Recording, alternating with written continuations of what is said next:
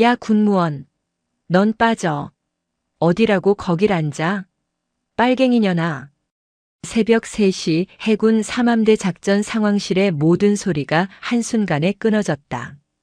밤새 쏟아지던 영산강 하구의 빗소리마저 작전실 안의 극심한 정적 앞에서는 미약한 배경음일 뿐이었다.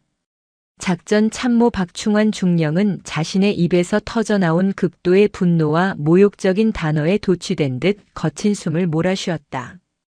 이곳 목포의 삼함대 작전실은 비상 상황으로 인해 이미 사흘째 불야성을 이루고 있었다. 서해 북방한계선 인근에서 포착된 미상 잠수정 항적은 1차 대잠 전력의 투입에도 불구하고 흔적도 없이 사라졌다. 모든 지휘관들은 상부의 질책과 재발령된 작전 명령이라는 압박감에 짓눌려 있었다. 특히 박충령은 작전 실패에 대한 비난이 자신에게 집중될 것을 알기에 신경쇠약 직전의 상태였다. 그는 테이블 위 서류 뭉치를 꽉 쥔 채 방금 막 상황실 문을 열고 들어와 중앙작전 테이블 가장자리에 선 여성을 노려봤다. 야간 비상상황 조명 아래 젖은 해군 정복을 입은 그 여인은 계급장을 명확히 분간하기 어려웠다. 빨리 안 나가고 뭐해. 이 비상 상황에 쓸데없는 년이 끼어들 자리가 아니야. 박중령의 눈에는 그저 이 시간에 작전실을 어슬렁거리는 불필요한 민간인으로만 보였다. 작전의 긴장감, 상사의 압박, 그리고 평소 여성 지휘관이나 군무원에 대한 그의 뿌리 깊은 불신이 뒤섞여 이성의 끈을 놓게 만들었다.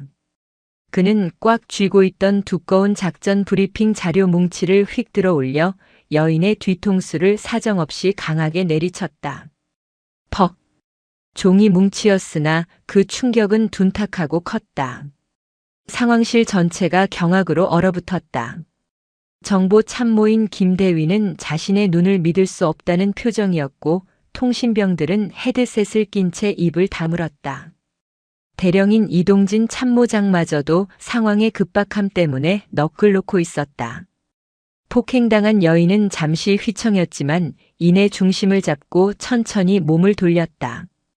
그녀가 몸을 완전히 돌리자 중앙상황등의 강렬한 불빛이 그녀의 젖은 어깨와 목덜미를 비추었다.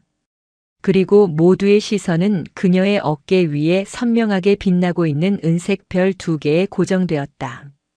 해군 제독, 소장, 삼함대 사령부 사령관 직무를 수행하기 위해 오늘 새벽 부임한 최지훈 사령관이었다. 박충환 중령은 자신의 손에 남아있는 타격감과 눈앞에 펼쳐진 현실 사이에서 숨조차 쉴 수 없었다. 그의 얼굴은 백지장처럼 하얗게 변했다. 자신이 방금 폭언하고 폭행한 대상이 대한민국 해군의 최고 지휘관 중 한 명임을 깨달았다. 단순한 군기 문란이 아닌 군형법상 하극상 및 지휘관 폭행이라는 파국이었다. 최지훈 제독은 맞은 뒷머리를 만지지도 않았다. 그녀의 날카로운 눈빛은 박중령의 혼란과 공포를 관통하며 그를 조각내는 듯했다. 필승. 이 사령부의 사령관 최지훈 소장이다. 그녀의 목소리는 새벽에 찬 공기처럼 차가웠으나 그 무게는 수천 톤의 전함처럼 묵직했다. 이동진 참모장이 뒤늦게 정신을 차리고 달려나왔다.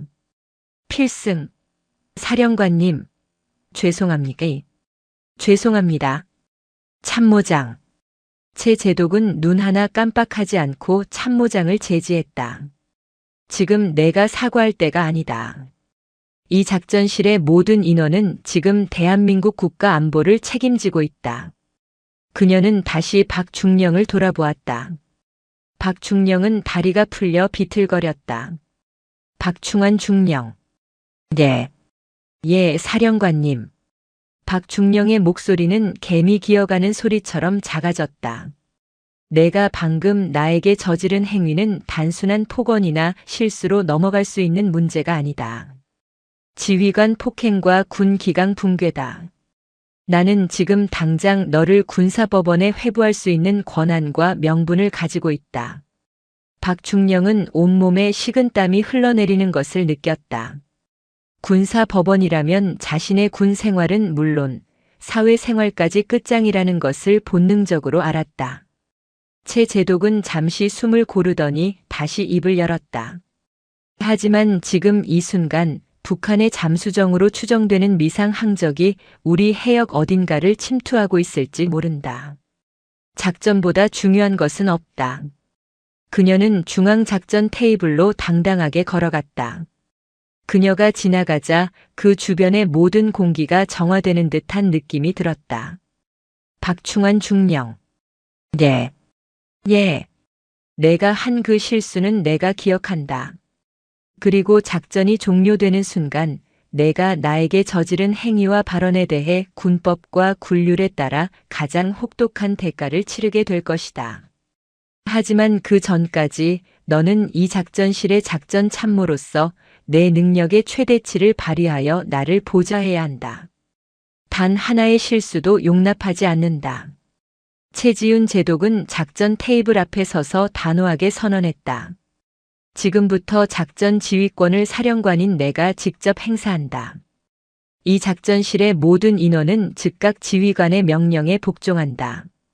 통신병, 즉시 상급 부대와 현장 전력의 사령관 교체 및 직접 지휘를 통보하라. 이 대화는 여기서 끝이다. 작전 참모였던 박중령은 모욕감, 공포, 그리고 분노가 뒤섞인 채 옴짝달싹할 수 없었다.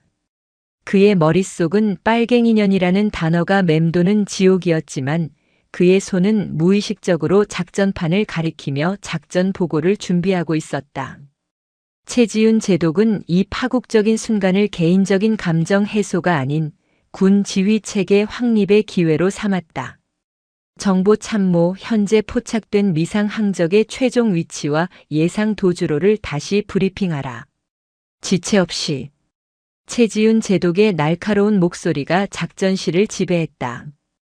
박중령의 폭행 사건은 작전실의 모든 인원에게 최지훈 제독이라는 새 지휘관의 권위를 뼛속 깊이 각인시키는 섬뜩한 도구가 되었다. 지휘 체계는 무너지는 대신 오히려 폭력이라는 충격을 기화로 더 단단하게 재건되었다. 박중령은 붉어진 눈시울로 자신이 때린 지휘관의 등만 노려볼 수밖에 없었다. 그의 군인으로서의 운명은 이미 절벽 끝에 서 있었다. 그의 뇌리에는 작전 성공만이 유일한 생존 수단이라는 절망적인 명령이 울려 퍼졌다.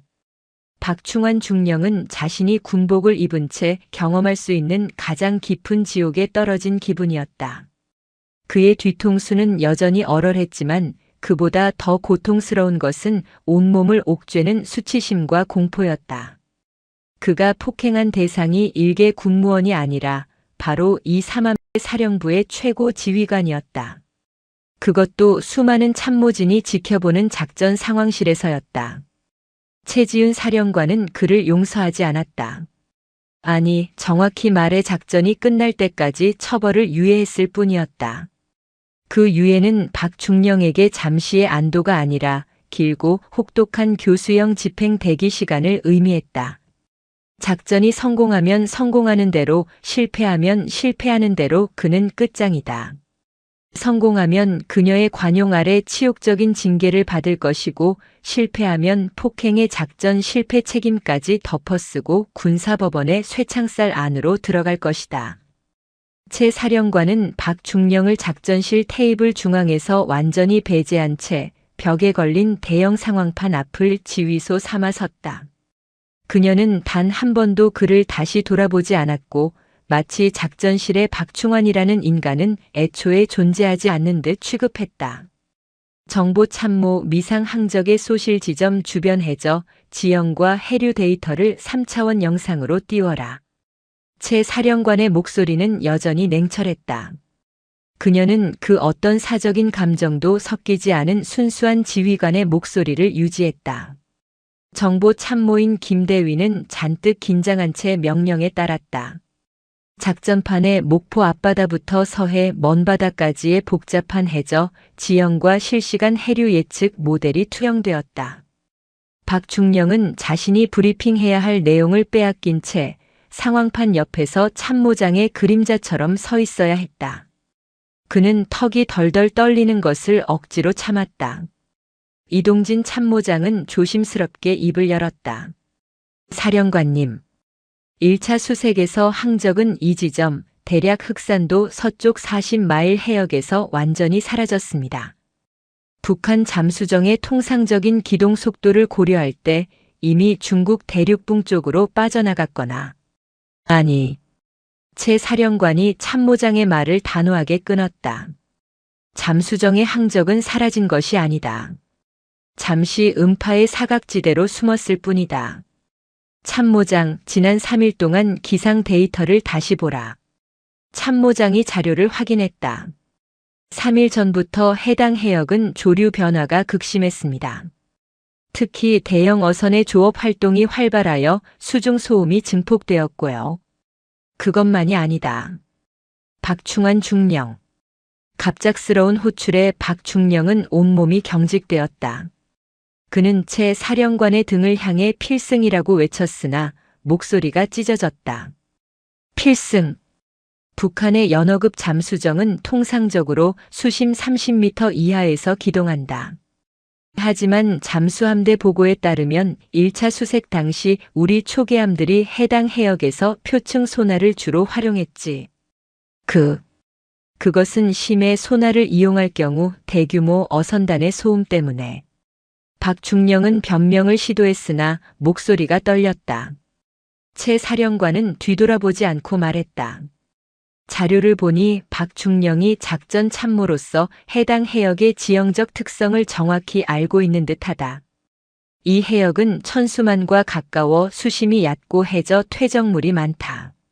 잠수정이 소음을 이용해 해저면에 바짝 붙어 기동했을 경우 표층 소나로는 절대 포착할 수 없다. 잠수정이 사라진 것이 아니라 우리가 놓친 것이다. 박중령은 입이 막혔다. 그녀의 지적이 정확했다. 자신이 해역 지형 전문가임을 자부했지만 긴장과 압박감 속에서 가장 기본적인 사실을 놓친 채 통상적인 작전만을 고수했던 것이다. 그녀는 새로운 지휘관이었지만 데이터와 지형을 파악하는 능력이 자신보다 월등하다는 것을 직감했다. 최 사령관은 다시 중앙작전 테이블을 응시했다. 수색 방향을 바꾼다. 잠수정이 서쪽으로 빠져나갔을 것이라는 기존의 판단은 틀렸다. 잠수정이 가장 안전하게 은신할 수 있는 곳은 가장 복잡하고 예측 불가능한 곳이다. 즉, 진도 해역 주변의 복잡한 섬과 섬 사이 해협을 이용해 남해 방면으로 우회했을 가능성이 높다. 작전실이 웅성거리기 시작했다. 진도 해역은 조류가 거세고 암초가 많아 대형 함정이 기동하기 위험한 곳이다. 그곳은 통상적인 잠수정의 침투 경로가 아니었다. 이동진 참모장이 우려를 표했다. 사령관님, 진도 해역은 조류가 너무 강합니다. 잠수정이 그곳을 기동하는 것은 매우 위험하며 우리 함정의 안전도, 군인은 위험을 감수하고 작전을 수행한다. 잠수정의 지휘관은 우리 해군이 진도 해역의 복잡성 때문에 수색을 포기할 것이라고 예측했을 것이다. 우리는 그 예측을 부숴야 한다. 박충환 중령. 예. 당신의 작전 실무 능력을 이 작전실의 모든 인원에게 증명하라. 지금부터 진도 서쪽 맹골수도 해역을 중심으로 수색 전력을 재편성한다.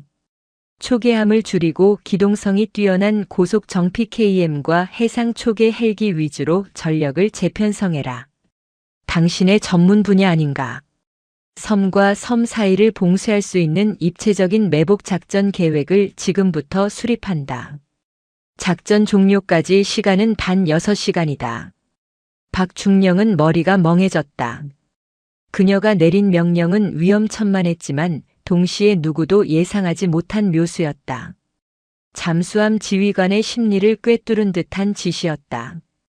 박중령은 그녀의 능력에 압도당하면서도 동시에 그녀가 자신에게 가장 중요한 실무를 맡김으로써 자신의 가치를 증명하라고 요구한다는 것을 깨달았다.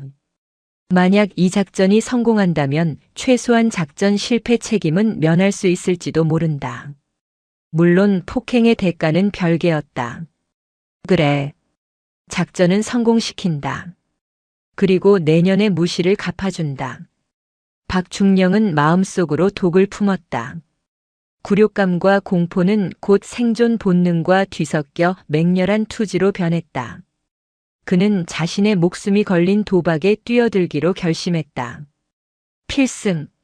작전 참모, 즉시 작전 계획을 수립하겠습니다. 그의 목소리가 처음으로 힘을 얻었다.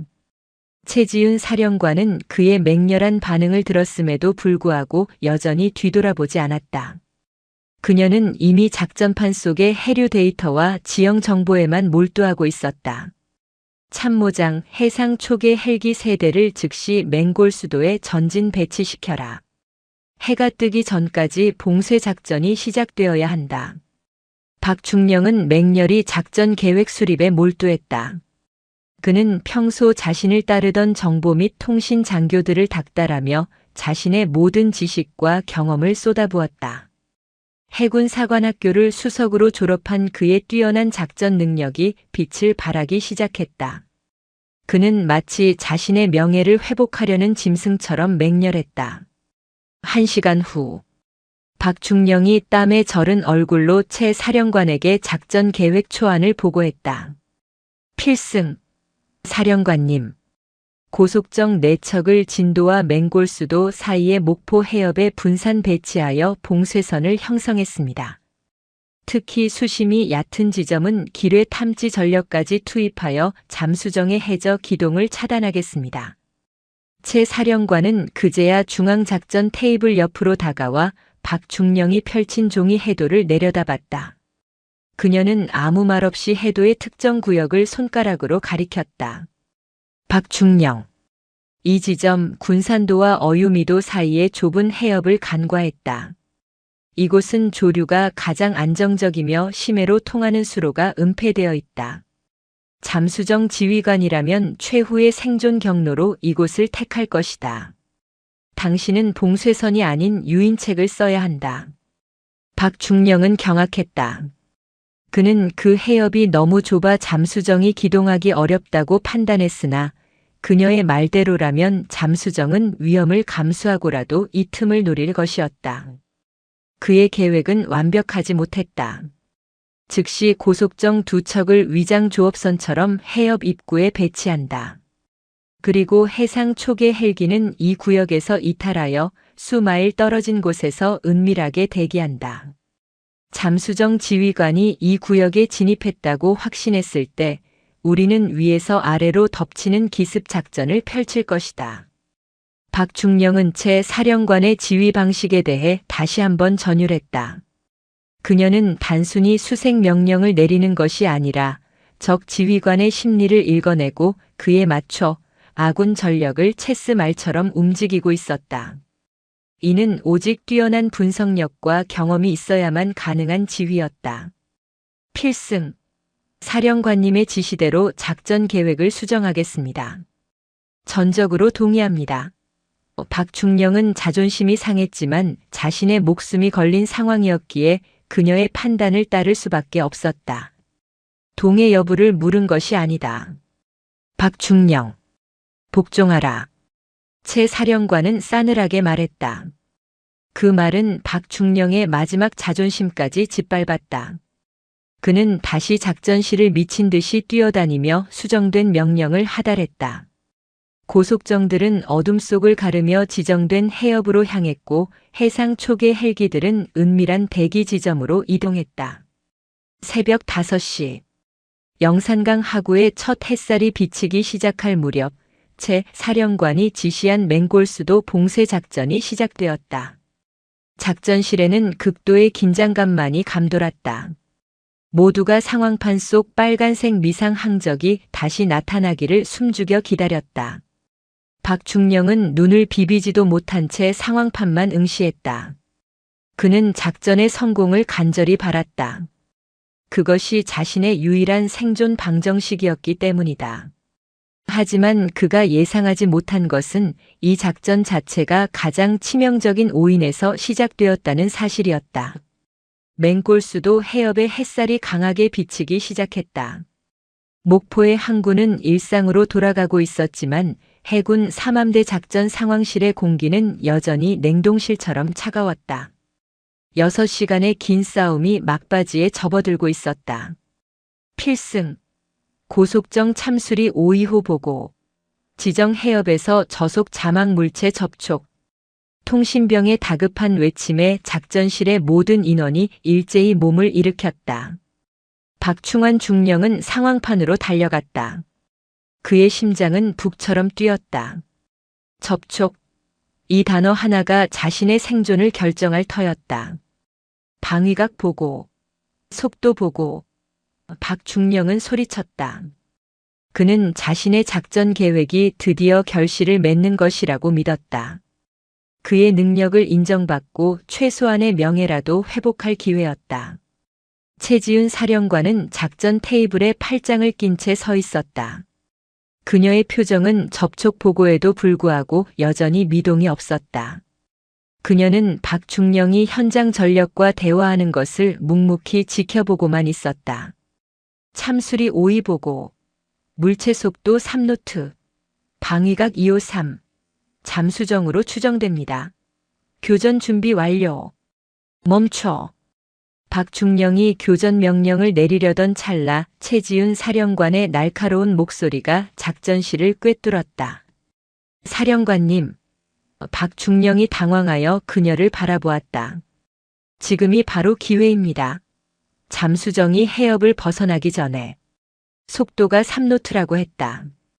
최 사령관이 박중령의 말을 다시 끊었다. 잠수정 지휘관이 맹골 수도와 같은 위험한 해협을 통과할 때 3노트로 기동한다는 것은 자살 행위다. 그들은 조류와 암초에 휩쓸리지 않기 위해 최대 속도를 내야 한다. 박중령은 이마에 땀이 흘렀다. 그녀의 지적이 논리적이었다. 하지만 박중령은 잠수정 지휘관이 예상치 못한 우리 전력의 배치 때문에 속도를 줄였을 것이라고 억지로 해석했다. 사령관님, 혹시 교전을 피하기 위한 위장 기동일 수도 있습니다. 시간을 더 끌면 놓칩니다. 놓쳐도 좋다. 최 사령관은 차분하게 말했다. 헛된 것에 전력을 낭비하는 것보다 낫다. 정보 참모. 필승. 김대위. 접촉된 물체의 음문 패턴을 분석하라. 잠수정의 엔진 소음 패턴과 일치하는지 확인하라. 동시에 인근 해역에서 최근 어업 활동 또는 해양 연구 활동에 관한 특이 사항이 있었는지 보고하라. 박중령은 자신의 전술적 판단보다 정보 분석을 우선시하는 그녀의 태도에 다시 한번 경악했다. 일반적인 지휘관이라면 이 순간 망설임 없이 교전 명령을 내렸을 것이다. 하지만 그녀는 냉철한 의심으로 한 발 물러섰다. 10분의 긴장되는 시간이 흘렀다. 작전실은 통신병의 보고 소리와 박중령의 거친 숨소리 외에는 침묵했다. 마침내 정보 참모 김대위가 보고했다. 그의 목소리에는 안도와 당황이 뒤섞여 있었다. 필승. 사령관님. 긴급 보고입니다. 접촉된 물체의 음문 패턴 분석 결과 북한 잠수정의 연어급 엔진 패턴과 일치하지 않습니다. 오히려 저주파 모터 소음에 가깝습니다. 그리고 이틀 전 국립해양연구소에서 이 해역의 심해 수온 및 해류 관측용 부위를 설치했으나 이후 연락이 두절되었다는 보고가 있습니다. 작전실 전체에서 억눌렸던 안도의 한숨이 터져나왔다. 북한 잠수정이 아니었다. 박중령은 그 자리에 주저앉을 뻔했다. 심장이 진정되고 머릿속이 텅 비었다. 가짜 위협. 지난 3일간 이 사령부 전체를 지옥으로 몰아넣고 자신이 지휘관을 폭행하는 파국을 낳게 한 그 모든 사태가 단순한 해양 관측 부위 때문에 발생했던 것이다. 동시에 박중령의 머릿속에 한 가지 희망이 섬광처럼 스쳐 지나갔다. 가짜 위협이다. 작전 상황이 아니었다. 폭행은 비록 군 기강 문란이지만 국가 안보 위협 상황이 아니었으니 형량이 줄어들거나 징계가 약해질 것이다.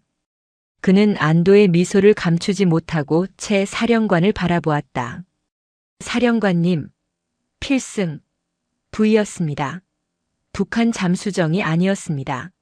모든 작전 해제 명령을 하달하고 전력을 복귀시키겠습니다. 박중령은 이미 자신이 모든 위기에서 벗어났다고 확신하며 채 사령관의 승인 없이 해제 명령을 내리려 했다. 작전실 전체의 분위기는 이미 축제 직전의 이완 상태였다. 이동진 참모장마저도 긴장이 풀려 어깨를 으쓱하고 있었다. 멈춰라. 박중령. 최지윤 사령관의 목소리는 다시 한번 작전실의 모든 웃음과 안도감을 얼음으로 만들었다. 그녀는 박중령을 향해 드디어 정면으로 걸어왔다. 그녀의 눈빛에는 지난밤의 폭행이나 모욕감은커녕 오직 냉정한 지휘관의 의지만이 담겨 있었다. 박충환 중령. 부위였다는 사실이 군 기강문란과 지휘관 폭행의 면죄부가 된다고 생각하는가?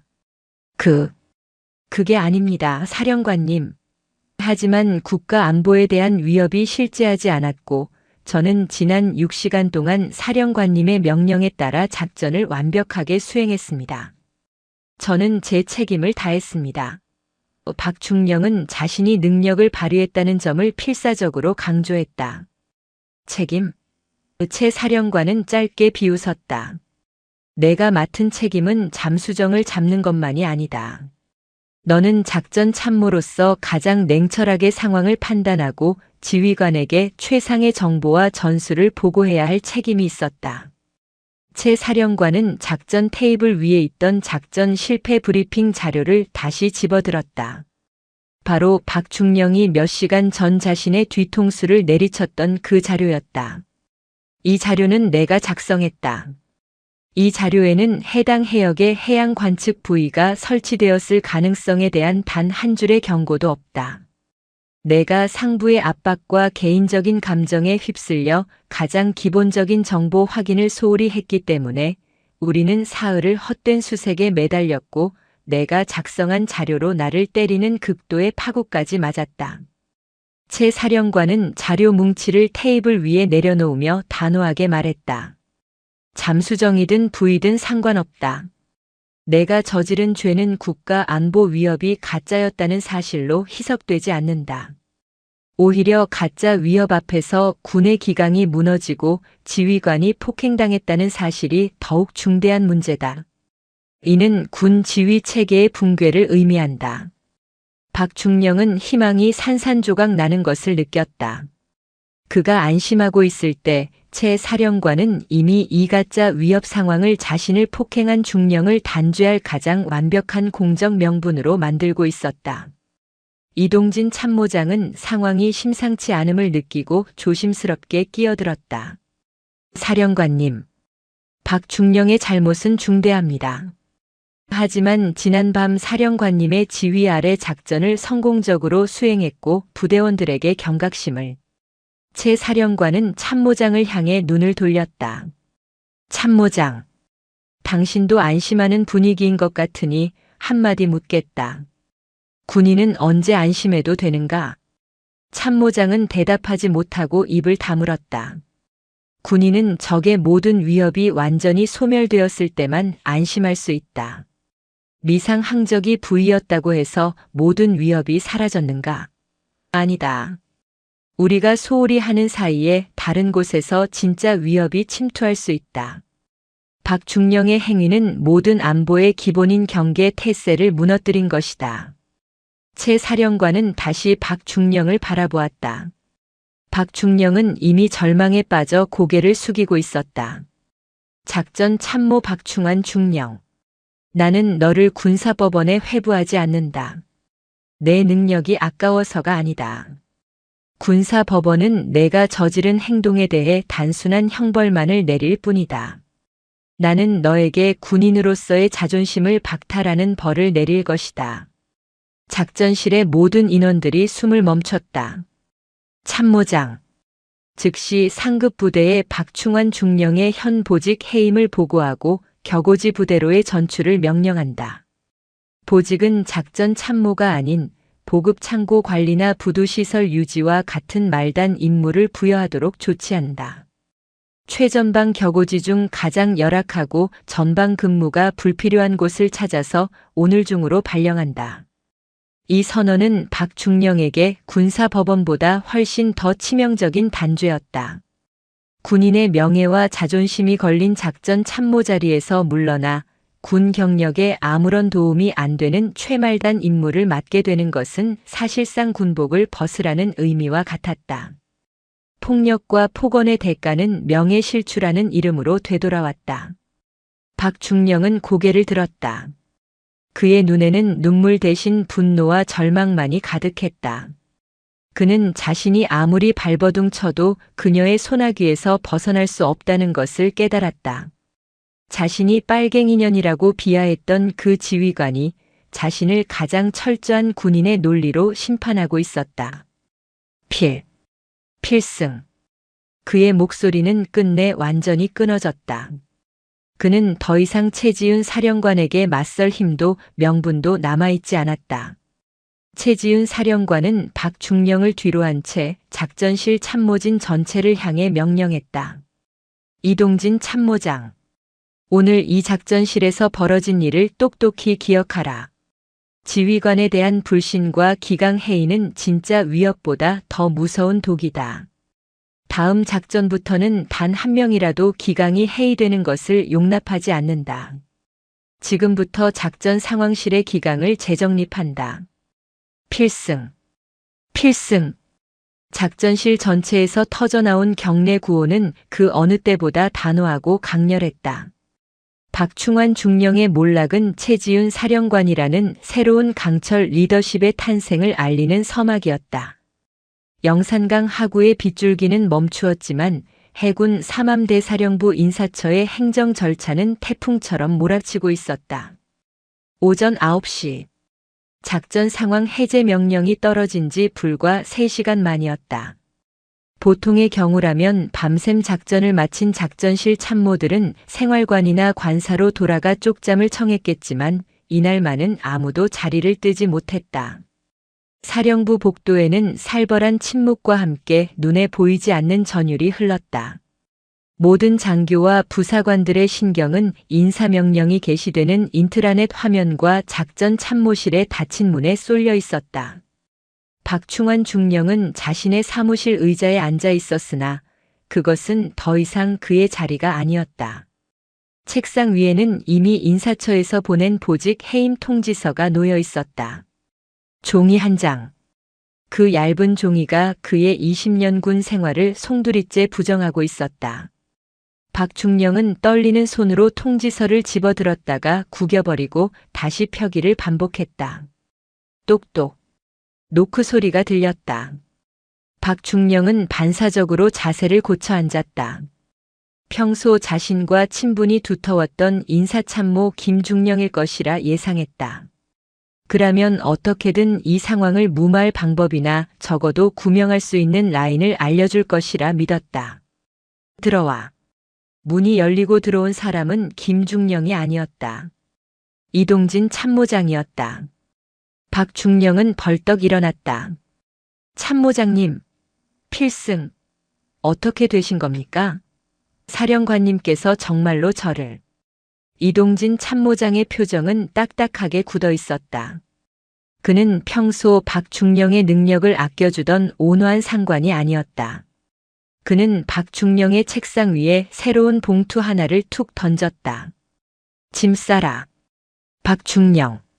아니, 이제 박 관리관이라고 불러야 하나. 참모장님, 이건 너무 부당합니다. 제가 지휘관을 오인한 것은 인정하지만 작전 수행 과정에서 저는 최선을 다했습니다. 게다가 결과적으로 적 침투는 없지 않았습니까? 가짜 위협 때문에 유능한 장교의 목을 이렇게 치는 것은. 유능한 장교. 참모장이 헛웃음을 터뜨리며 박중령의 말을 끊었다. 착각하지 마라. 내가 목이 날아간 건 작전 실패 때문이 아니다. 내가 사령관의 뒤통수를 후려갈길 때 내 군 생활도 같이 부서진 거다. 사령관님이 너를 군사재판에 넘기지 않은 걸 감사히 여겨. 만약 헌병대가 개입했다면 너는 불명예 전역의 시련까지 살았을 거다. 박중령은 입술을 깨물었다. 그건 실수였습니다. 너무 어둡고 비상 상황이라. 군인이 지휘관을 못 알아보는 게 실수인가? 그건 무능이다. 그리고 그 무능한 놈이 성질머리까지 더러워서 폭력을 썼지. 사령관님은 내 놈의 그 썩어빠진 정신머리를 도려내기로 작정하셨다. 박중령은 봉투를 열었다. 인사 발령지었다. 발령 제3함대 도서 파견대 제7보급 창고 관리대장 위치 전라남도 진도군 조도면 관매도 인근. 관매도. 박중령의 눈이 크게 흔들렸다. 그곳은 목포에서도 배를 타고 한참을 들어가야 하는 낙도였다. 게다가 제7보급 창고는 말이 좋아 보급 창고지 사실상 폐기 직전에 구형 장비나 유류 드럼통을 쌓아두고 갈매기 똥이나 치우는 유배지 중의 유배지였다. 주로 정년을 앞둔 준사관이나 사고를 친 부사관들이 잠시 머물다 가는 곳이었다. 해군 사관학교 출신의 엘리트 장교가 그것도 함대의 핵심인 작전 참모가 갈 곳은 결코 아니었다. 이건 나가라는 말씀이십니까? 차라리 전역을 하겠습니다. 박중령이 소리쳤다. 참모장은 차갑게 대꾸했다. 전역? 마음대로 해. 하지만 지금 전역 지원서를 내면 사령관님은 즉시 너를 군검찰에 고발하실 거다. 폭행죄와 상관 모욕죄로 수사가 시작되면 연금은 고사하고 전과자가 되어 나가게 될 텐데 괜찮겠나? 박중령은 털썩 주저앉았다. 퇴로가 완벽하게 차단되었다. 최지은 사령관은 그를 사회로 내보내줄 생각조차 없었다. 군대라는 조직 안에서 가장 비참한 꼴을 보이며 말라 죽어가게 만들 작정이었다. 이것은 단순한 징계가 아니라 뼛속까지 파고드는 형벌이었다. 오후 1시에 도서 파견대 보급선이 출항한다. 그 배를 타라. 내 짐은 관사에서 당번병이 챙겨서 부두로 보낼 거다. 작전실 근처에는 얼씬도 하지 마라. 냄새나니까.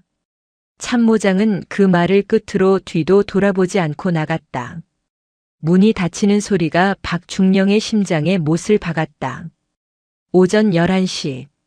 박중령은 자신의 개인 짐을 챙겨 종이 박스 하나에 담았다. 불과 어제까지만 해도 이 복도를 지날 때마다 필승 하며 우렁차게 경례를 붙이던 위관급 장교들이 그를 보자마자 슬금슬금 피하거나 못 본 척 고개를 돌렸다. 그들의 눈빛에 담긴 것은 존경이 아니라 경멸과 호기심이었다. 소문은 빛보다 빨랐다. 작전 참모가 여자 사령관을 군무원인 줄 알고 때렸다더라. 빨갱이년이라고 욕을 했다더라. 완전 미친놈 아니냐는 수군거림이 환청처럼 들려왔다. 복도 끝 정수기 앞에서 정보가 소위 2명이 속닥거리는 소리가 들렸다. 야, 진짜 관매도로 간대? 거기 완전 귀양지잖아. 쌤통이지 뭐. 저 양반 평소에 우리 쪼아댈 때 보면 언젠가 사고 칠 줄 알았어.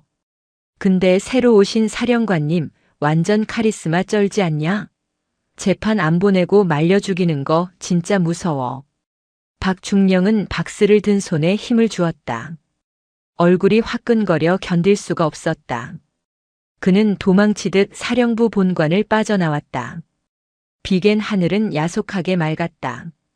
부두에는 녹이 쓴 소형 보급선 한 척이 엔진을 덜덜거리며 정박해 있었다. 함대의 주력 전투함들이 위용을 뽐내며 정렬해 있는 군항의 구석진 곳이었다. 그가 타야 할 배였다. 그의 전속 부관이었던 최 대위가 굳은 표정으로 짐 가방 2개를 내려놓고 있었다. 수고했다, 최 대위. 박중령이 힘없이 말을 건넸다.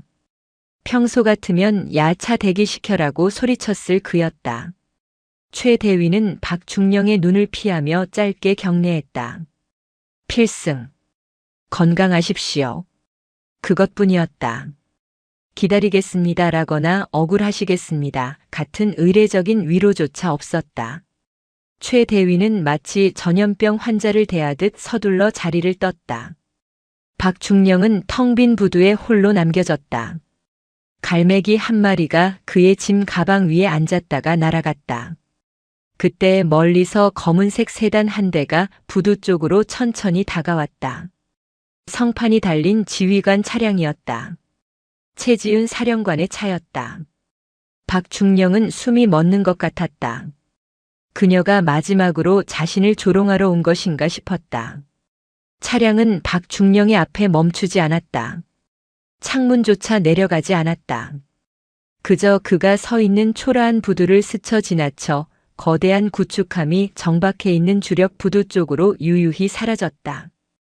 그 무관심이 박중령을 더 비참하게 만들었다. 최지윤에게 박충환이라는 존재는 조롱할 가치조차 없는 이미 처리된 폐기물에 불과했던 것이다. 보급선의 늙은 선장이 뱃머리에서 담배를 피우며 소리쳤다. 어이, 거기 관리관 양반. 탈 거요 말 거요? 물때 놓치면 내일까지 못 가. 박중령은 어금니를 꽉 깨물고 배에 올랐다. 디젤 매연 냄새가 코를 찔렀다. 익숙했던 바다 냄새가 오늘따라 구역질 나게 역겨웠다. 배가 출발하자 삼함대 사령부의 웅장한 건물이 점점 멀어졌다. 그는 자신이 평생을 바쳐 쌓아 올린 탑이 무너진 잔해를 뒤로 한 채 잊혀진 섬으로 끌려가고 있었다. 관매도 인근 해상은 거칠었다. 보급선은 작은 파도에도 요동쳤고 박충환 중령은 선실 바닥에 웅크린 채 위에까지 토해냈다.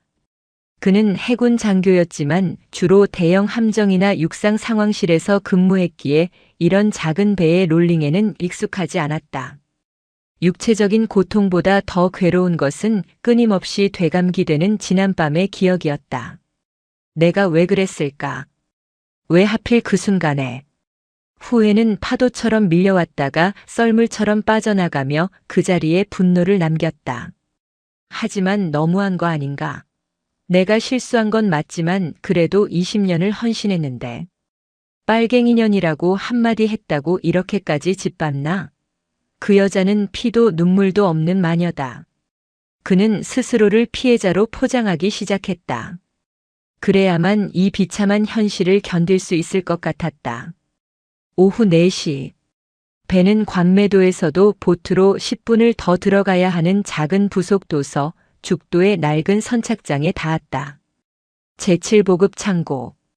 녹슨 철조망으로 둘러싸인 그곳은 군부대라기보다는 버려진 공장에 가까웠다.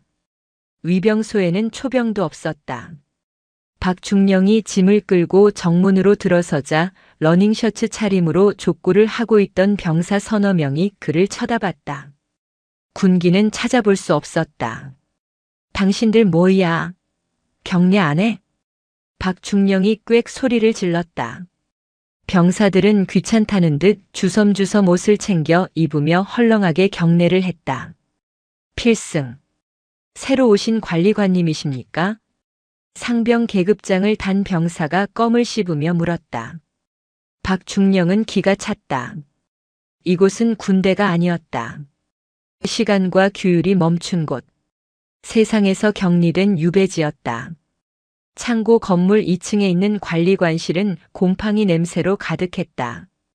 책상 위에는 먼지가 수북했고 창문 밖으로는 끝없이 펼쳐진 망망대해만 보였다. 아무런 작전 상황도 긴박한 통신음도 자신을 필요로 하는 참모들의 외침도 없었다. 오직 파도 소리와 갈매기 울음소리뿐이었다. 박중령은 의자에 털썩 앉았다. 정적. 그토록 싫어했던 상황실의 소음이 사무치게 그리웠다. 그는 휴대전화를 꺼냈다. 신호가 잡히지 않았다. 서비스 불가 지역. 그는 전화기를 집어 던졌다. 액정이 깨지며 바닥에 나뒹굴었다. 으악! 그는 짐승처럼 울부짖었다. 분노와 억울함 그리고 공포가 한꺼번에 터져나왔다. 자신이 이곳에서 영원히 잊혀질 것이라는 공포. 최지윤 사령관이 의도한 것이 바로 이것이었다. 그를 감옥에 가두는 대신 그의 존재 가치를 말살시켜 스스로 무너지게 만드는 것. 한편 같은 시각 목포 삼함대 작전 상황실. 최지윤 사령관은 중앙 테이블에 서서 서해 전역의 작전 상황도를 보고 있었다. 박충환 중령이 떠난 자리는 이미 새로운 작전 참모로 임명된 최중령이 채우고 있었다. 작전실의 공기는 달라져 있었다. 박중령이 있을 때는 고성과 욕설, 강압적인 분위기가 지배했다면 지금은 차가울 정도로 정돈된 긴장감이 감돌았다. 참모들은 사령관의 눈치를 보느라 잡담 한마디 하지 않았고 보고는 간결하고 정확해졌다. 정보 참모. 흑산도 서방 해역의 중국 어선단 움직임은 필승. 현재 NLL 이남 3마일 지점에서 조업 중이며 특이 동향 없습니다. 최지윤은 고개를 끄덕였다. 그녀의 표정에는 승리감도 통쾌함도 없었다. 그녀에게 박충환 중령의 처벌은 사적인 복수가 아니었다. 그것은 무너진 기둥을 뽑아내고 새 기둥을 세우는 공사였다. 썩은 부위를 도려내지 않으면 조직 전체가 썩는다. 그녀는 그것을 누구보다 잘 알고 있었다.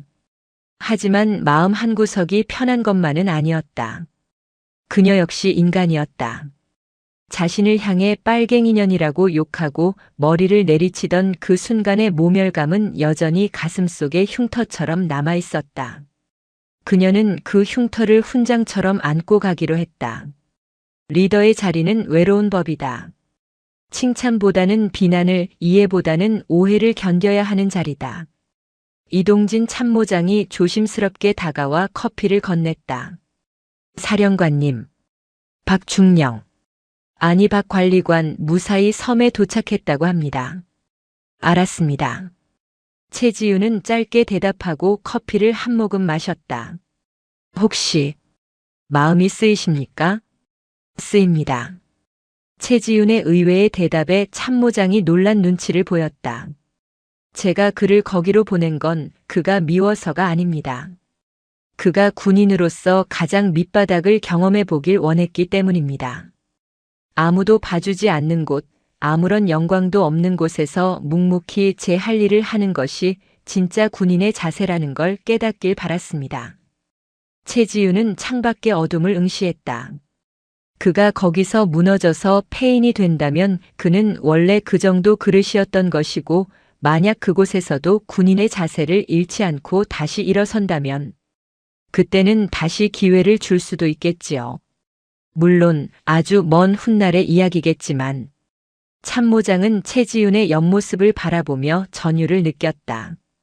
그녀는 박충환을 단순히 파멸시킨 것이 아니라 그에게 가장 가혹하면서도 동시에 유일한 갱생의 길을 열어준 것일지도 모른다.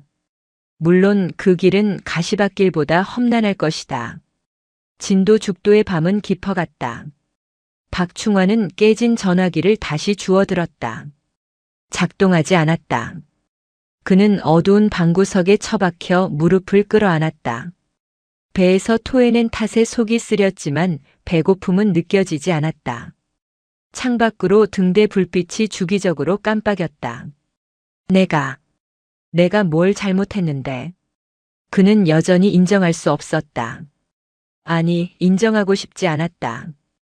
자신의 실수를 인정하는 순간 자신의 지난 20년이 부정당하고 자신이 쓰레기라는 것을 받아들이는 꼴이 되기 때문이다. 두고 봐. 내가 이대로 안 죽어. 어떻게든 다시 올라가서 내년 앞에서 보란 듯이 웃어줄 테다. 하지만 그의 다짐은 공허했다. 돌아갈 방법은 없었다. 그는 이곳의 왕이 아니라 유배된 죄수였다. 그때 밖에서 병사들의 낄낄거리는 소리가 들려왔다. 야, 새로운 아저씨 봤냐? 완전 넋이 나갔던데? 그러게. 별 달고 싶어서 안 달란 사람 같더라. 여기 오면 다 끝난 거지 뭐. 그들의 비웃음이 박충환의 가슴을 후벼 팠다. 그는 귀를 틀어막았다. 하지만 그 소리는 환청이 되어 더욱 크게 울렸다. 빨갱이년아. 자신이 뱉었던 그 말이 부메랑이 되어 자신의 고막을 찢고 들어왔다. 그제야 그는 깨닫기 시작했다. 자신이 때린 것은 최지윤이라는 여자가 아니라 대한민국 해군의 계급장이었고 그 계급장을 달기 위해 바쳤던 자신의 청춘이었음을 그는 어둠 속에서 소리 없이 흐느꼈다. 그것은 반성의 눈물이 아니라 처절한 패배자의 눈물이었다. 최지훈 사령관은 작전실에 불을 끄지 않았다. 그녀의 전쟁은 이제 막 시작되었을 뿐이었다. 박충환이라는 장애물을 치워버린 그녀의 앞에는 더 거대하고 실제적인 위협들이 도사리고 있었다. 그리고 그녀는 그 모든 파도를 정면으로 맞을 준비가 되어 있었다. 강철처럼 차갑고 은별처럼 빛나는 눈빛으로.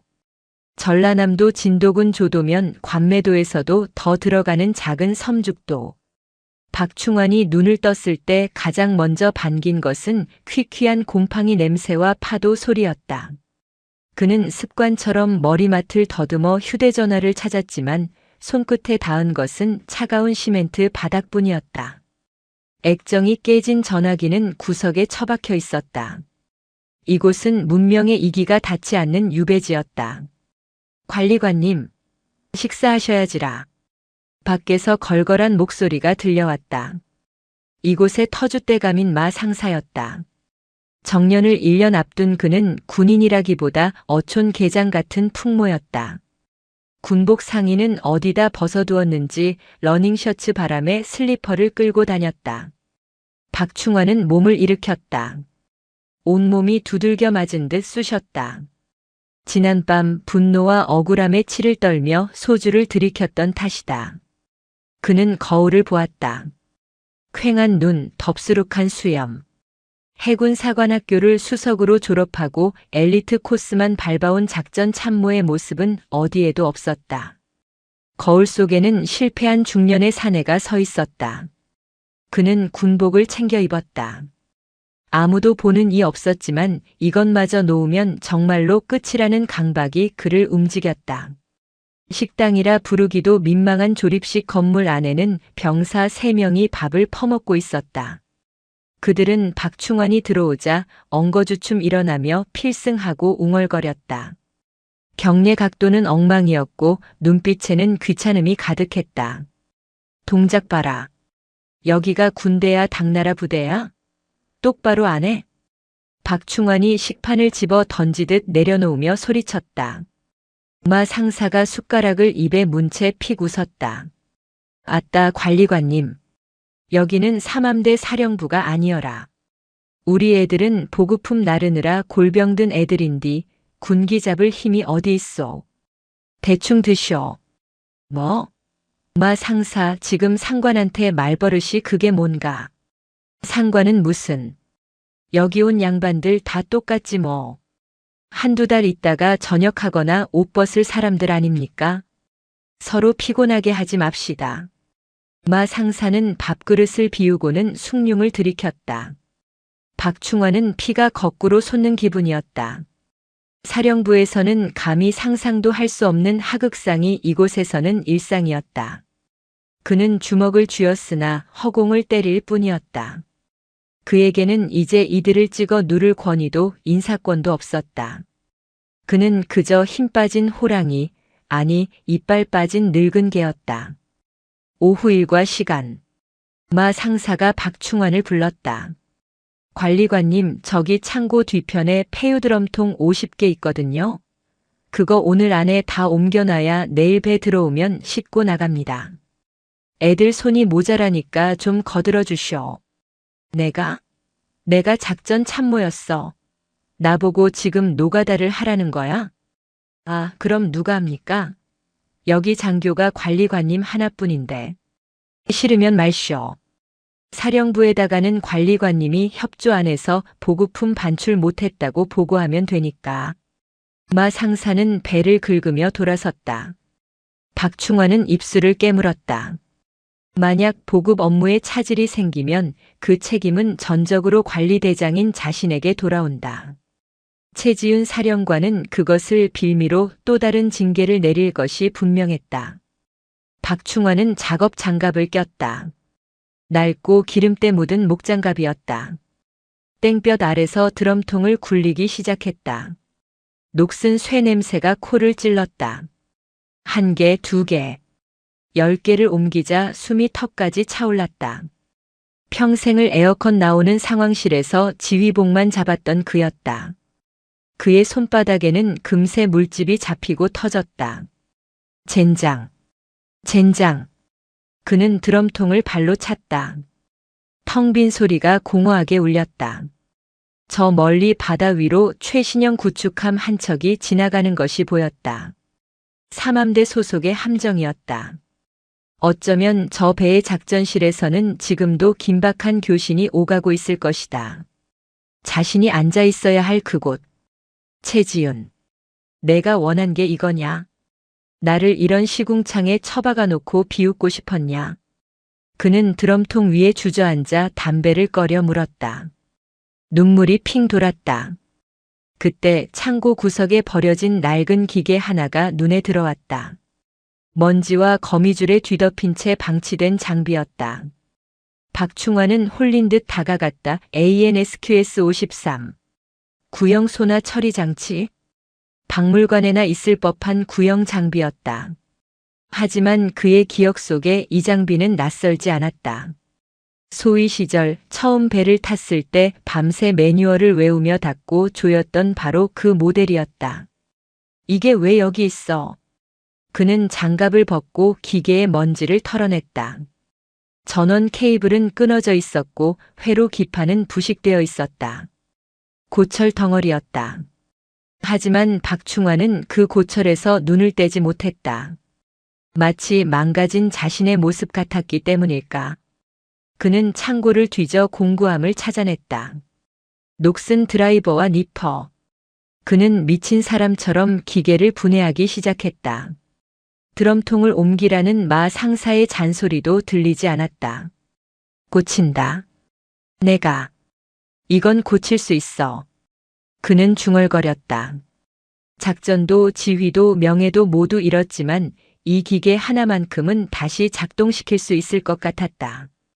그것은 단순한 수리가 아니었다. 무너져 내린 자신의 자존감을 붙잡기 위한 처절한 몸부림이었다. 해가 질 때까지 그는 기계와 씨름했다. 손가락이 찢어져 피가 났지만 멈추지 않았다. 끊어진 전선을 잇고 부식된 접점을 사포로 문질렀다. 밤이 깊어서야 그는 임시로 전원을 연결했다. 웅. 미약한 펜 돌아가는 소리와 함께 낡은 브라운관 화면에 초록색 불빛이 깜빡였다. SYSTEMBOT. 오케이. 살아났다. 박충환은 화면을 멍하니 바라보았다. 가슴 한구석에서 뜨거운 것이 울컥 치밀어 올랐다. 살아. 있네. 고철도 고치면 작동한다. 하물며 인간인 내가, 대한민국 해군 중령인 내가 여기서 이대로 녹슬어 죽을 수는 없다. 그날 밤 박충환은 술을 마시지 않았다. 대신 그는 관리관실 책상에 앉아 낡은 작전 교범을 꺼냈다. 그리고 죽도 인근의 조류 흐름과 해저 지형을 종이 위에 그리기 시작했다. 아무도 시키지 않은 일이었다. 누구에게 보고할 것도 아니었다. 하지만 그는 그리기 시작했다. 그것만이 그가 살아있음을 증명하는 유일한 길이었으니까. 일주일이 지났다. 죽도의 시간은 느리게 흘렀지만 박충환의 눈빛은 달라져 있었다.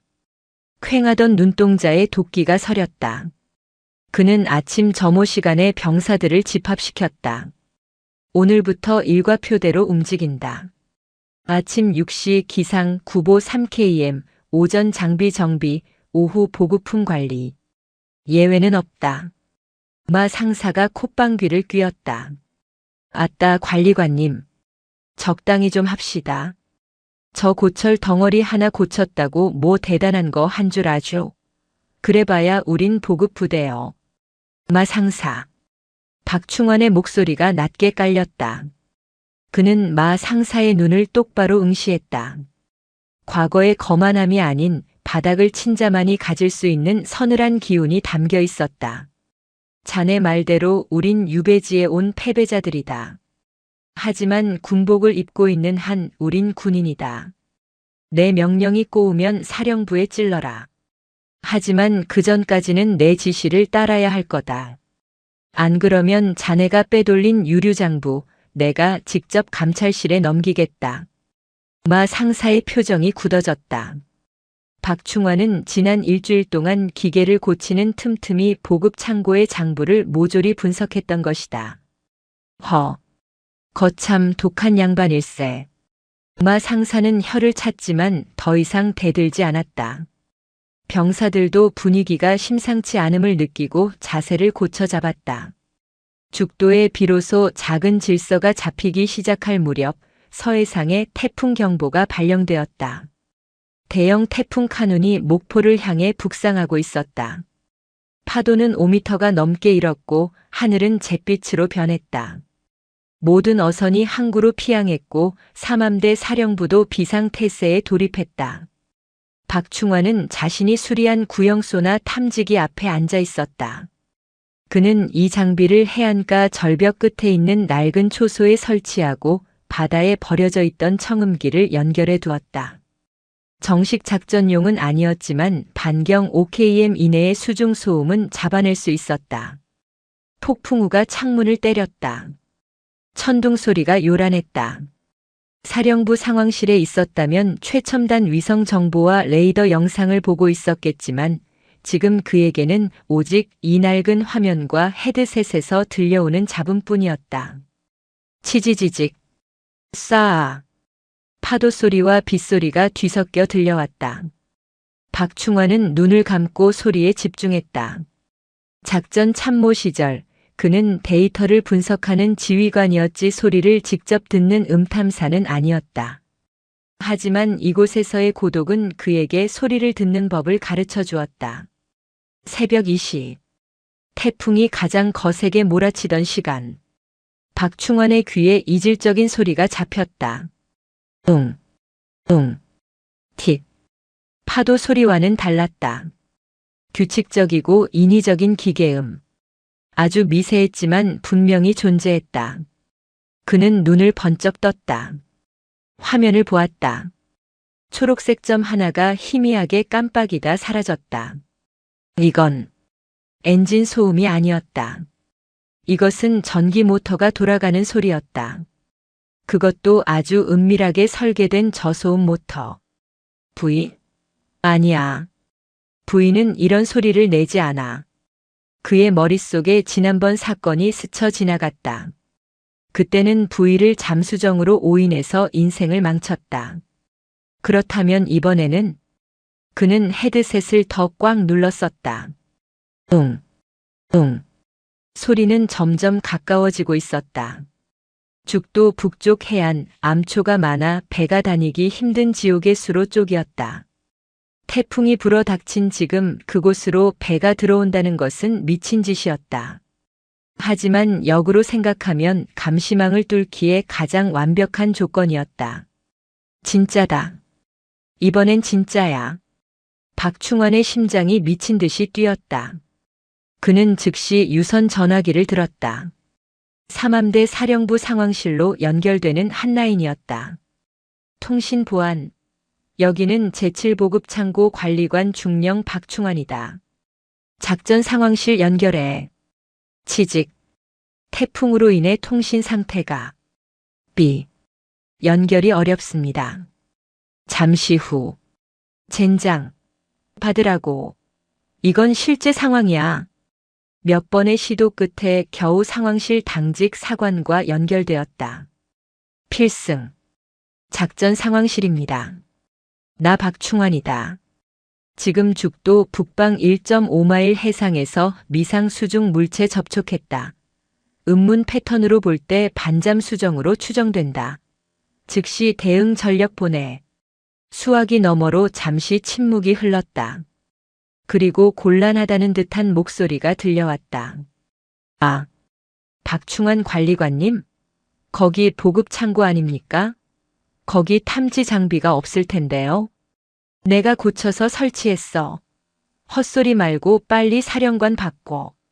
관리관님, 지금 태풍 때문에 전 함대가 피항 중이거나 비상 대기 중입니다. 그리고 오작동 가능성이 높은 사제 장비 정보로는 출동이 어렵습니다. 지난번에도 부위 때문에. 이 새끼가. 지금 지난번 얘기가 왜 나와? 진짜라고. 내 목을 걸고 맹세해. 죄송합니다. 공식적인 탐지 자산인 해안 레이더에는 아무것도 잡히지 않습니다. 술 드셨으면 주무십시오. 끊겠습니다. 또. 전화가 끊어졌다.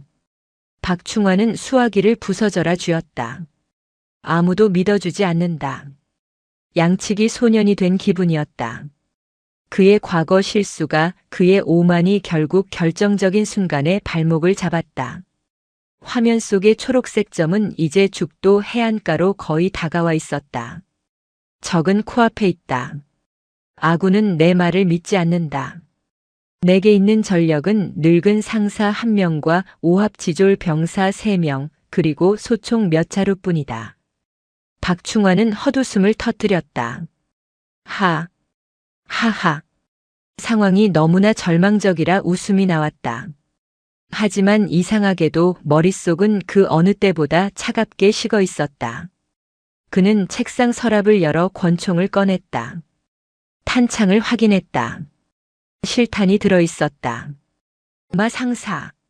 애들 깨워. 전투 배치다. 그가 문을 박차고 나가며 소리쳤다. 폭풍우가 그의 얼굴을 때렸지만 그의 눈빛은 흔들리지 않았다. 그는 이제 작전 참모가 아니었다. 그는 죽도를 지키는 유일한 군인 소총수 박충환이었다. 폭풍우 치는 죽도의 해안가는 지옥도와 같았다. 집채만한 파도가 갯바위를 때리고 하얀 포말이 어둠 속에서 춤을 췄다. 마 상사와 병사들은 잠이 덜 깬 얼굴로, 그러나 박충환의 살기 어린 고함에 놀라 헬멧을 쓰고 소총을 들고 나왔다. 관리관님 진짜입니까? 북한군이라니요, 이 날씨에요? 마 상사가 비명을 지르듯 물었다. 놈들이라면 온다. 우리가 방심하고 날씨가 최악인 이때를 노려서. 박충환은 K 소총을 움켜쥐고 앞장섰다. 전원 해안 절벽 초소로 이동한다. 실탄 장전해. 쏘라고 하기 전까진 절대 쏘지 마라. 그들은 비바람을 뚫고 갯바위를 기어올랐다. 병사 하나가 미끄러져 넘어졌지만 박충환이 멱살을 잡아 일으켜 세웠다. 정신 차려. 죽고 싶지 않으면 뛰어. 초소에 도착한 그들은 숨죽이고 바다를 노려봤다. 칠흑 같은 어둠 속에서 보이는 것은 파도뿐이었다. 병사들은 공포에 질려 덜덜 떨고 있었다. 그때였다. 번쩍. 번개가 치는 순간 박충환의 눈에 무언가 잡혔다. 파도 사이로 검은 물체 하나가 쑥 솟아올랐다가 사라졌다. 고래도 암초도 아니었다. 인공적인 유선형의 금속체. 반잠 수정의 해치해치였다. 적이다. 11시 방향. 갯바위 뒤쪽. 박충환이 소리쳤다. 검은 물체에서 그림자 3개가 빠져나와 갯바위로 기어오르고 있었다.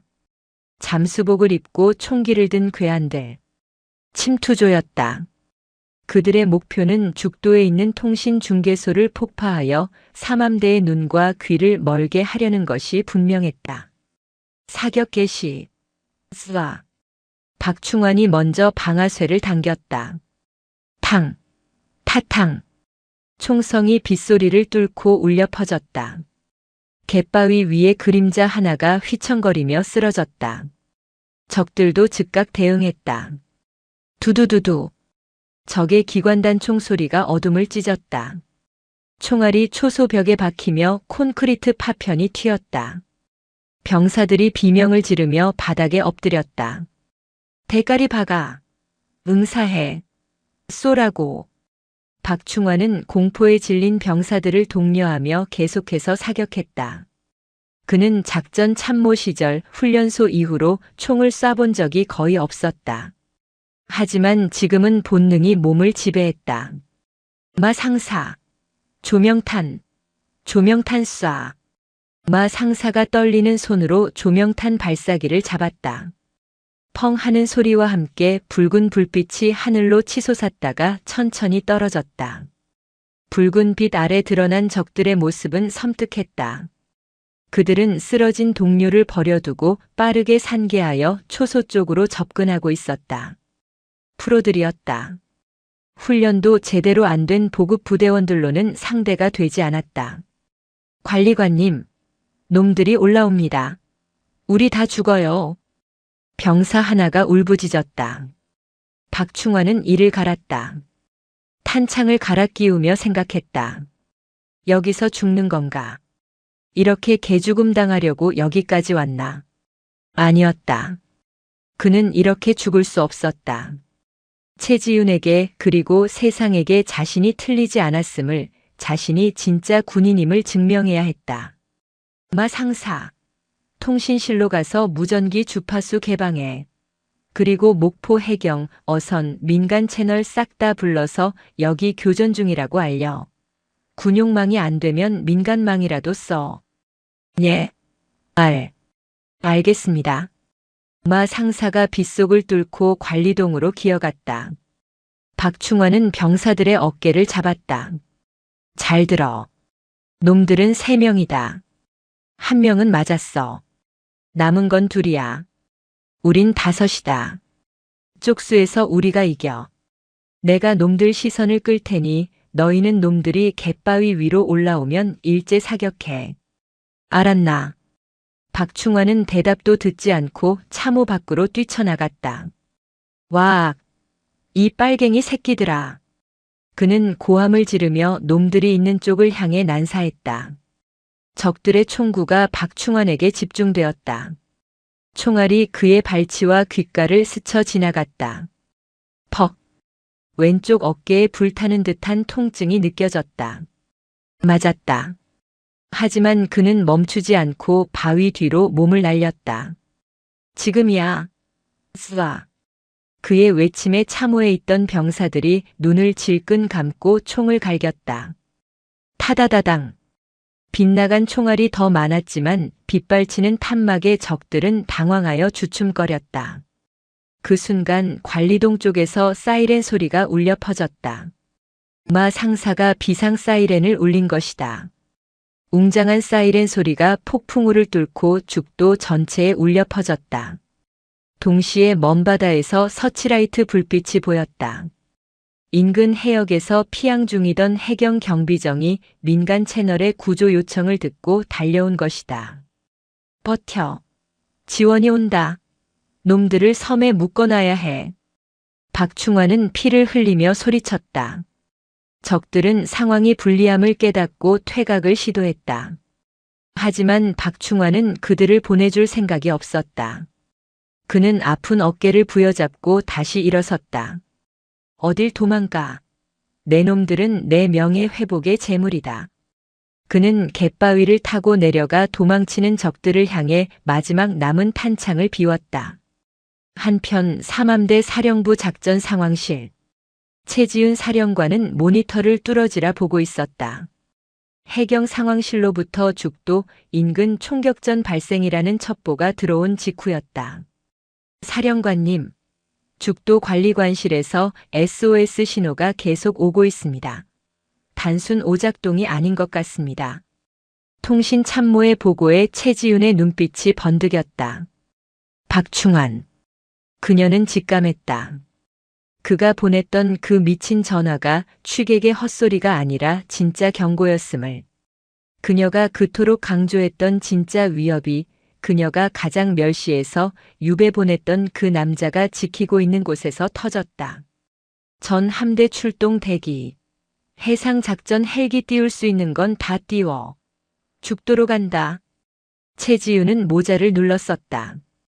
박충환 중령. 죽지 마라. 살아서 증명해라. 내가 군인이라는 것을. 그녀의 명령과 함께 3함대의 거대한 톱니바퀴가 다시 돌아가기 시작했다. 이번에는 가짜가 아닌 진짜 전쟁이었다. 그리고 그 중심에는 가장 초라한 곳에 버려졌던 은별의 조각 박충환이 있었다. 어깨를 관통당한 고통은 뜨거운 쇠꼬챙이로 후벼 파는 것 같았다. 박충환은 갯바위 뒤에 처박혀 거친 숨을 몰아쉬었다. 빗물과 바닷물 그리고 그의 피가 섞여 군복을 적셨다. 왼팔은 감각이 없었다. 하지만 오른손은 여전히 K 소총의 권총 손잡이를 부서져라 쥐고 있었다. 관리관님, 피가 너무 많이 납니다. 지혈부터 해야 합니다. 마 상사가 기어와서 박충환의 어깨를 압박 붕대로 감으려 했다. 그의 얼굴은 공포로 하얗게 질려 있었다. 비켜. 놈들이 도망간다. 박충환은 마 상사를 밀쳐냈다. 조명탄 불빛이 사그라들고 있었다. 어둠 속에서 적들이 반잠 수정의 해치를 열고 탑승하려는 움직임이 보였다. 그들이 저것을 타고 자망해버리면 이 칠흑 같은 폭풍우 속에서 놓칠 확률은 9할이 넘는다. 그들이 살아서 돌아간다면? 박충환의 머릿속에 지난날의 기억이 주마등처럼 스쳤다. 상황실에서의 안일함, 가짜 위협에 안도하며 책임을 회피하려던 비겁함, 그리고 지휘관을 빨갱이년이라 모욕했던 그 오만함. 그 모든 것이 바로 군인 정신의 부재에서 비롯된 것이었다. 적을 눈앞에 두고도 놓친다면 그는 영원히 패배자다. 죽어서도 눈을 감지 못할 것이다. 이것은 국가를 위한 전투이기도 했지만 박충환이라는 한 인간이 잃어버린 자신을 되찾기 위한 처절한 속죄의식이었다. 안 돼. 절대 못 가. 박충환은 비틀거리는 몸을 일으켰다. 어모 사격해. 놈들의 해치를 노려. 그는 참호 밖으로 뛰쳐나갔다. 관리관님, 죽습니다. 병사들의 비명을 뒤로 한 채 박충환은 갯바위를 타고 내려갔다. 적들이 그를 발견하고 총구를 돌렸다. 투두두두. 총알이 그의 발치에 튀고 귓가를 스쳤다. 공포가 온몸을 휘감았지만 그는 멈추지 않았다. 그는 지금 죽음을 향해 달리는 것이 아니라 삶을 향해 달리고 있었다. 비겁하게 사느니 명예롭게 죽겠다는 각오가 그의 다리를 움직였다. 그는 바위 틈에 몸을 숨기고 침착하게 조준했다. 흔들리는 시야, 빗물에 젖은 가늠자. 그 너머로 반잠 수정의 엔진 덮개가 보였다. 한 발. 딱 한 발이면 된다. 그는 숨을 멈췄다. 어깨의 통증도 폭풍우 소리도 사라졌다. 세상에 오직 그와 목표물만 남았다. 최지윤 사령관. 당신이 옳았어. 나는 쓰레기였다. 하지만 지금은 아니다. 탕. 그의 총구에서 불을 뿜었다. 총알은 정확히 반잠 수정에 노출된 엔진 배기구를 타격했다. 쾅.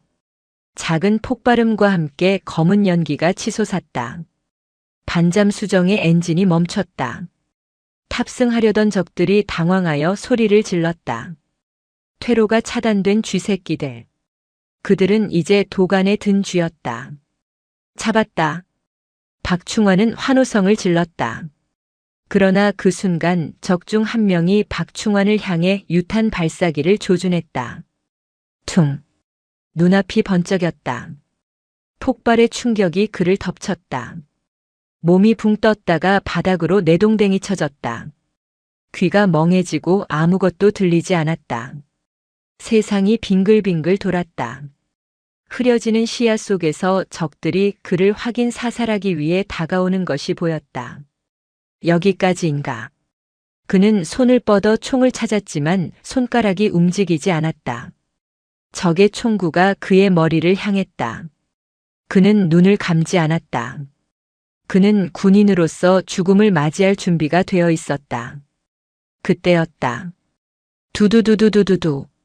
하늘이 찢어지는 듯한 굉음과 함께 거대한 서치라이트 불빛이 죽도의 해안가를 대나처럼 밝혔다. 강력한 하강풍이 적들을 강타했다. 삼함대 소속의 해상작전 헬기 링스링크스였다. 헬기에 장착된 K6 중기관총이 불을 뿜었다. 쿠쿠쿠쿠쿵. 적들이 서 있던 갯바위가 산산조각 났다. 다가오던 적들은 혼비백산하여 바위 뒤로 숨었다. 여기는 삼함대 항공전대. 아군 식별 완료. 즉시 제압 사격 개시한다. 무전기 너머로 들리는 아군의 목소리. 뒤이어 먼 바다에서 거대한 함정들의 실루엣이 나타났다. 박충환이 그토록 타고 싶어 했던 구축함들이었다. 그들이 쏘아 올린 조명탄이 밤하늘을 수놓았다. 해상에서는 고속정들이 물살을 가르며 해안가로 돌진해 오고 있었다. 완벽한 포위망이었다. 살았다. 박충환은 그제야 긴장을 풀었다. 눈물이 뺨을 타고 흘러내렸다. 그것은 고통 때문이 아니었다.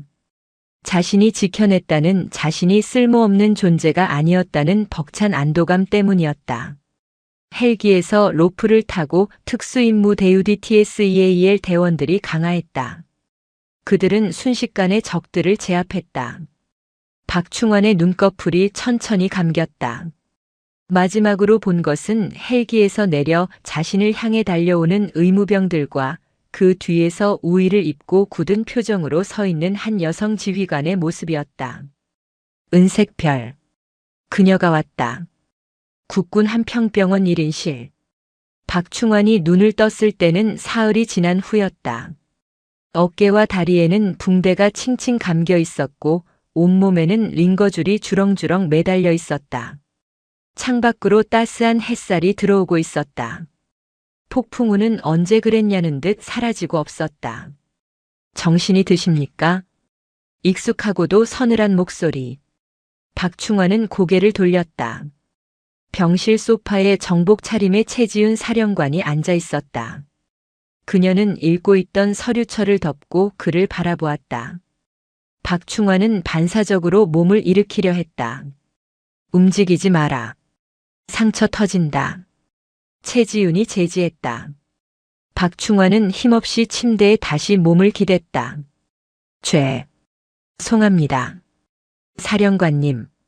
누워서 보고를 드려서. 보고는 이미 받았다. 적 사살 1명, 생포 2명. 반잠 수정 노획. 아군 사망자 없음. 내가 지휘한 죽도 방어전은 완벽한 승리였다. 그녀의 목소리는 건조했지만 그 속에 담긴 무게는 달랐다. 완벽한 승리. 그 말을 듣는 순간 박충환의 가슴속 응어리가 녹아내리는 듯 했다. 최지우는 자리에서 일어나 침대 곁으로 다가왔다. 박충환 중령. 네. 내가 보낸 그 마지막 전화. 주취자의 오인 신고로 무시당할 뻔했다. 하지만 나는 내 목소리에서 절박함을 들었다. 과거의 너라면 책임을 피하기 위해 애매하게 보고했겠지만 그날의 너는 달랐다. 최지우는 잠시 말을 멈추고 그의 눈을 직시했다. 너는 너의 목을 걸었다. 내 명예를 걸었고. 그래서 나도 전 함대를 걸었다. 박충환의 눈시울이 붉어졌다. 부끄럽습니다, 사령관님. 저는 쓰레기였습니다. 사령관님을 오해하고 모욕하고 제 안위만 걱정했던 놈이었습니다. 그곳 죽도에서 파도 소리를 들으며 뼈저리게 느꼈습니다. 제가 얼마나 오만했는지. 그는 떨리는 목소리로 계속했다. 사령관님이 저를 왜 그곳으로 보냈는지 이제야 알겠습니다. 저를 버리신 게 아니라 저를 다시 만드시려고 했다는 것을요. 최지훈의 입가에 아주 희미한 미소가 스쳤다. 나는 조각가가 아니다. 나는 지휘관일 뿐이다. 썩은 살을 도려냈을 뿐 새 살을 돋게 한 건 내 자신이다. 박충환. 너는 그날 밤 삼함대 전체를 구했다. 내가 놈들을 묶어두지 않았다면 통신중개소는 폭파되었을 것이고 우리의 눈과 귀는 멀었을 것이다. 최지우는 품에서 작은 상자를 꺼내 침대 옆 테이블에 놓았다. 충무무 공훈장이다. 상시는 내가 했고 승인은 즉시 났다. 훈장. 군인으로서 받을 수 있는 최고의 영예 중 하나. 박충환은 믿을 수 없다는 듯 상자를 바라보았다. 그리고 퇴원 후 보직 명령이다. 박충환은 긴장했다. 다시 작전 참모로 복귀하는 것일까? 아니면 다른 요직으로 가는 것일까? 기대감이 없지는 않았다. 최지윤이 말했다. 제3함대 도서 파견대장. 계속해서 죽도를 포함한 외곽도서 기지들의 방어를 책임져라. 박충환은 잠시 멍하니 그녀를 바라보았다. 복귀가 아니었다. 여전히 유배지였다. 하지만 최지윤의 말은 이어졌다.